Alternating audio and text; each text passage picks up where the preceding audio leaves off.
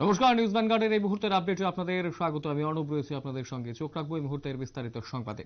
লোকসভা থেকে সাসপেন্ড আরো 3 সাংসদ। 3 কংগ্রেস সাংসদ সাসপেন্ড হওয়ায় ক্ষোভ রাহুলের। এবার কি বিরোধী শূন্য থাকবে শীতকালীন অধিবেশন? এই প্রশ্নই কিন্তু বারংবার উঠছে। লোকসভা থেকে সাসপেন্ড হয়েছেন আরো 3 সাংসদ। 3 কংগ্রেস সাংসদ সাসপেন্ড হওয়ায় ক্ষোভ প্রকাশ রাহুল গান্ধীর। এবার কি বিরোধী শূন্যই থাকবে শীতকালীন অধিবেশন? এই প্রশ্নই কিন্তু বারংবার উঠে আসছে। গোটা বিষয়টাকে কেন্দ্র করে বিস্তারিত জানবো। নিউজ ভ্যানগার্ড প্রতিনিধি সুপ্রীতি মুখার্জি রয়েছেন টেলিফোন লাইনে।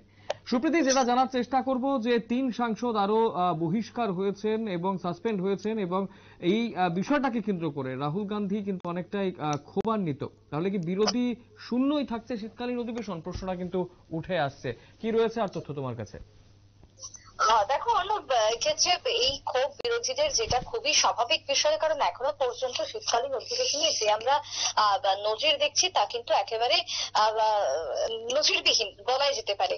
এবং সেই জায়গায় দাঁড়িয়ে লোকসভা এবং রাজ্যসভা মিলে এখনো পর্যন্ত সাসপেন্ড হওয়া সাংসদের সংখ্যা হলো কত না 146। অর্থাৎ প্রায় বলা যায় যে বিরোধী শূন্য সংসদ, যার মধ্যে একের পর এক বিল পাশ হয়ে যাচ্ছে। এবং সেই জায়গায় দাঁড়িয়ে আজকের দিনে দেখা যাচ্ছে যে আরো 3 জনকে সাসপেন্ড করা হয়েছে। 3 বিরোধী সাংসদকে সাসপেন্ড করেছেন স্পিকার ওম বিড়লা, এবং সংসদ থেকেই তাদেরকে সাসপেন্ড করা হয়েছে। এই নিয়ে লোকসভা থেকে সাসপেন্ড হওয়ার সংখ্যা, যেটা তোমাকে শুরুতেই জানালাম, তা বেড়ে দাঁড়ালো 146। এর আগে আমরা দেখেছি বিরোধী যে জোট, সেই জোট ইন্ডিয়ার সদস্যরা দিল্লির রাস্তায় সরকার বিরোধী তারা প্রতিবাদ শুরু করেছিলেন, মিছিল করেছিলেন। আজকে সকালেরও সেই ছবি আমরা নিউজ ভ্যানগার্ড দেখিয়েছি। এবং আগামী কালকেও বিরোধীদের পক্ষ থেকে কর্মসূচি রয়েছে। আজকে যেরকম তারা পুরনো সংসদ ভবনের সামনে বিক্ষোভ আন্দোলন চালায়, আগামী কালকে যন্তর মন্তরের সামনে তারা বিক্ষোভ কর্মসূচি পালন করবেন বলে খবর। অর্থাৎ এই যে সংসদ থেকে বিজয় চক পর্যন্ত যে রাস্তা রয়েছে, সেই রাস্তা পর্যন্ত হাঁটেন বিরোধীরা। এরপরই 3 সাংসদকে সাসপেন্ড করার কথাও জানিয়েছেন স্পিকার। অর্থাৎ সেক্ষেত্রে এদিনই সাসপেন্ড হয়েছেন কংগ্রেসের পক্ষ থেকে 3 জন, অর্থাৎ ডিকে সুরেশ, অন্যদিকে দীপক বৈজ এবং নকুল নাথ। 3 জনকে সাসপেন্ড করা হয়েছে 13 ডিসেম্বর সাংসদ হানার পর। একের পর এক বিরোধী সাংসদ যাদেরকে লোকসভা থেকে সাসপেন্ড করা হচ্ছে। ফলে লোকসভা এক প্রকার বলা যায় যে বিরোধীহীন হয়ে পড়েছে। এবং সেই জায়গায় দাঁড়িয়ে বিরোধীদের যে ক্ষোভ বিক্ষোভ, সেটা ইতিমধ্যেই নজরে আসছে। এবং তার নজরে আসাটাও কিন্তু খুব স্বাভাবিক একটা বিষয় হয়ে দাঁড়িয়েছে, কারণ একের পর এক সাংসদদের সাসপেন্ড করা হচ্ছে। তার সঙ্গে আমরা দেখতে পাচ্ছি যে বিল রয়েছে, সেই বিল কিন্তু একটা বিষয়, যে আগামীকাল যে বিলগুলো পেশ হতে চলেছে, তাহলে সেগুলোতে কি কোনো রকমের ডিবেট হবে না? কারণ প্রায় তো বিরোধী শূন্যই। কি রয়েছে তথ্য? দেখো, যে ক্ষেত্রে একের পর এক সাংসদদের সাসপেন্ড করে দেওয়া হচ্ছে, বিরোধীদের পক্ষ থেকে তো আওয়াজ তোলার মতন কেউ থাকছেই না অবশিষ্ট। তাই সেই জায়গাতে দাঁড়িয়ে কিন্তু একের পর এক বিল পাশ হয়ে যাচ্ছে।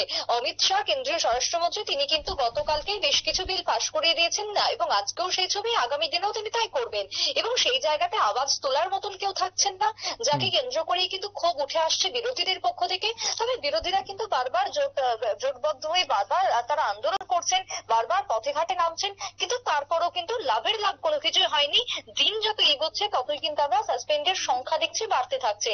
এবং সেক্ষেত্রে বিরোধী যে ইন্ডিয়া জোট, সেই ইন্ডিয়া জোটের সদস্যরা দিল্লির রাস্তায় নেমে প্রতিবাদ শুরু করেছে, মিছিল শুরু করেছে। সংসদ থেকে, তোমাকে যেটা বললাম কিছুক্ষণ আগে, বিজয় চক পর্যন্ত তারা হেঁটেছেন, এবং তারপরে 3 জনকে সাসপেন্ড করা হয়েছে। অর্থাৎ সেক্ষেত্রে বলাই বাহুল্য যে লোকসভা একেবারে বিরোধী শূন্য হয়ে পড়েছে এই সাসপেন্ডকে কেন্দ্র করে। তাই সেই জায়গাতে আওয়াজ তোলার মতনও কিন্তু কেউ আর বাকি থাকছে না। এবং সেই জায়গায় বিরোধীরা যে বক্তব্য তারা পেশ করছে, তা হলো গণতন্ত্রের বদলে নমতন্ত্র চলছে। এমনই বেশ কিছু। তাহলে কি এই মুহূর্তে দাঁড়িয়ে লোকসভার অধিবেশনে বিরোধী এবং শাসক দলের একটা যুদ্ধাঙ্গদেহী পরিস্থিতি তাহলে এই মুহূর্তে? একেবারে। সেক্ষেত্রে দেখো, যেহেতু সকল বিরোধীদেরকেই সাসপেন্ড করা হচ্ছে, যে কোনো কিছু নিয়ে প্রশ্ন তুললেই সাসপেন্ড করে দেওয়া হচ্ছে, তাই সেই জায়গায় দাঁড়িয়ে ইতিহাসে কিন্তু সংসদের এই ঘটনা একেবারে বেনজির হিসেবেই মনে করা হচ্ছে। কারণ এই যে 3 দিন মিলিয়ে সর্বমোট এখনো পর্যন্ত 146 জনকে সাসপেন্ড করে দেওয়া হলো। সংসদে যে স্মোক কাণ্ড হয়েছিল তা নিয়ে ইতিমধ্যেই যে হামলার ঘটনা হয়েছিল, সেই হামলার ঘটনায় স্বরাষ্ট্রমন্ত্রী অমিত শাহের যে বিবৃতি, সেই বিবৃতি দাবি করেছিল বিরোধী সাংসদরা। ওয়েলে নেমে তারা তুমুল বিক্ষোভ দেখিয়েছিল, স্লোগান দিয়েছিল। এর জেরে কিন্তু প্রবল হই হট্টগোল শুরু হয়ে যায়। অসংসদীয় আচরণের অভিযোগে কিন্তু এতদিন পর্যন্ত সাসপেন্ড করা হয়েছে। অর্থাৎ চলতি শীতকালীন অধিবেশনে তারা আর অংশ নিতে পারবেন না যেহেতু, তাই অনেকেরই মতে কার্যত বিরোধী শূন্য হয়ে পড়লো একেবারে লোকসভা। এবং এই বিরোধী শূন্য হয়ে যাওয়ার ফলে কি হলো, একের পর এক বিল পেশ হয়ে যাবে লোকসভার মধ্যে আটকানোর মতন, বা সেক্ষেত্রে ঠিক, বাধা ঠিক, দেওয়ার একদম, মতন কেউই আর একদম। অবশিষ্ট রইল না। একদম। অসংখ্য ধন্যবাদ সুপ্রীতি বিস্তারিত তথ্য তুলে ধরার জন্য। আমরা নিউজ ভ্যানগার্ড প্রতিনিধি সুপ্রীতি মুখার্জির সঙ্গে কথা বলছিলাম এবং এই মুহূর্তে যেটা জানলাম যে লোকসভা থেকে সাসপেন্ড হয়েছেন আরো 3 সাংসদ এবং 3 কংগ্রেস সাংসদ সাসপেন্ড হওয়াতে কিন্তু ইতিমধ্যেই ক্ষোভান্বিত রাহুল গান্ধী।